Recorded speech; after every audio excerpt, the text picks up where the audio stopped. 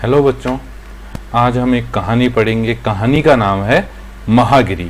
एक कहानी एक हाथी की कहानी है जो एक बहुत बड़ा है। तो महागिरी जो हाथी है वो महागिरी एक बहुत बड़ा हाथी था। वह इतना बड़ा था कि बच्चों को उसके पास जाने में भी डर लगता था। महागिरी का मालिक एक सौदागर था। सौदागर महागिरी को बाहर काम पर भेजकर उससे खूब धन कमाता, खूब मेहनत करता था महागिरी हाथी, और पैसा कमाता था उसका मालिक जो एक सौदागर था। महागिरी को अक्सर जंगल में भेजा जाता। वहां वह एक स्थान से दूसरे स्थान तक भारी भारी लट्ठे उठाता। कभी वह शादी ब्याह में भेजा जाता। बारात में वह दूल्हे की सवारी के काम आता और उसे दुल्हन के घर ले जाता। जब कभी मंदिर में कोई बड़ा उत्सव होता तो महागिरी को भेजा जाता। उत्सव के जुलूस में महागिरी आगे आगे चलता। एक बार गांव वाले मंदिर में कोई उत्सव करना चाहते थे। उत्सव शुरू करने से पहले झंडा फहराना जरूरी था, और मंदिर में झंडा तो था लेकिन उसको फहराने के लिए बांस नहीं था। तो गांव के पास एक जंगल था। वहां उन्होंने एक बड़ा साल का पेड़ काट गिराया। पेड़ तो बहुत बड़ा था, उसको ला पाना गांव वालों के लिए मुश्किल था। उन्होंने पेड़ के तने से एक सुंदर खंबा बनाया। खंबा बहुत लंबा और भारी था। गांव वाले उसको उठा नहीं सकते थे, तो उसको उठाकर मंदिर तक ले जाने के लिए महागिरी को बुलाया गया। फिर महागिरी को याद किया गया। महावत ने महागिरी को खंबा गाड़ने की आज्ञा दी।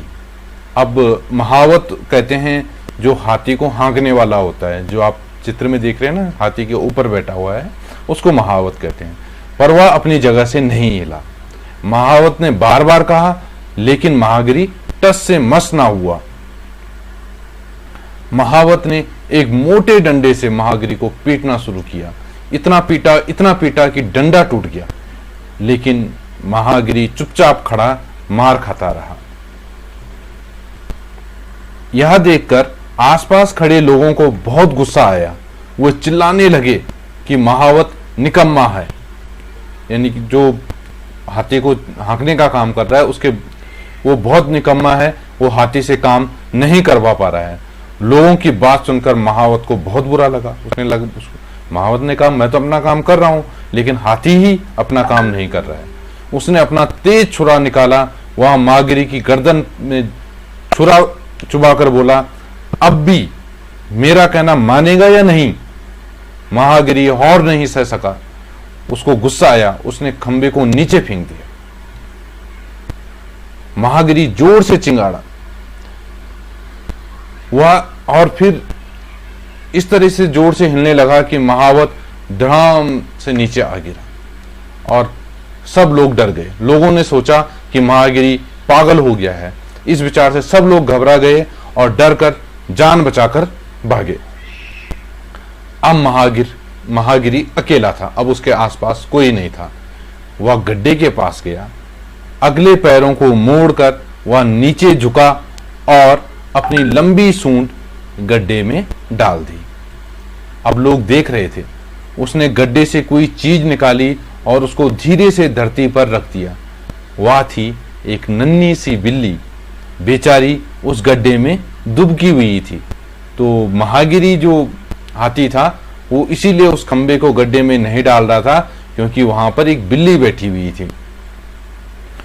लोग दूर खड़े महागिरी को देख रहे थे। वे अब बहुत खुश थे।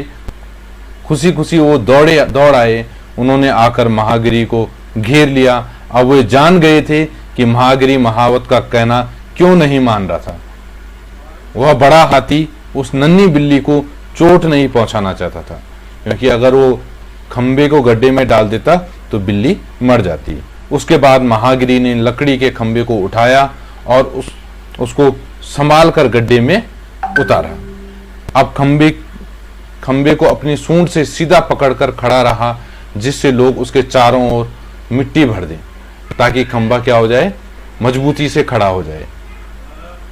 लोगों ने महागिरी को बड़े प्यार से थपथपाया, उन्होंने उसको मीठे फल और मिठाइयाँ खिलाई, क्योंकि अब महागिरी ने उनके जो उत्सव का जो काम था वो कर दिया था।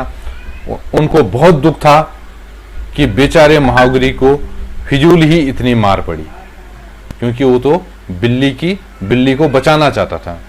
उस दिन से महागिरी सारे गांव का दुलारा हो गया, सब उसको बहुत प्यार करने लगे, और बच्चे जो उस बड़े से हाथी को देखकर भाग जाते थे अब उसको बहुत प्यार करते थे। बच्चे उसे बहुत प्यार करते, और कभी कभी सौदागर बच्चों को उस पर मुफ्त सवारी करने देता। बच्चे बैठते और हाथी, जो महागिरी हाथी था, वो उनको घुमाता, बच्चों को उस पर मुफ्त सवारी करने देता। बच्चे महागिरी पर सवार होते और उससे बहुत खुश रहते। तो जो महागिरी हाथी था उस पर बच्चे इस तरीके से सवारी करते थे और वो घूमते रहते थे। तो गांव के सभी लोग महागिरी पर खुश थे।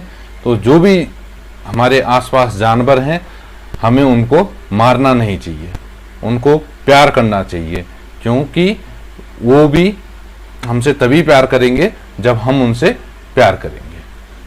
Thank you.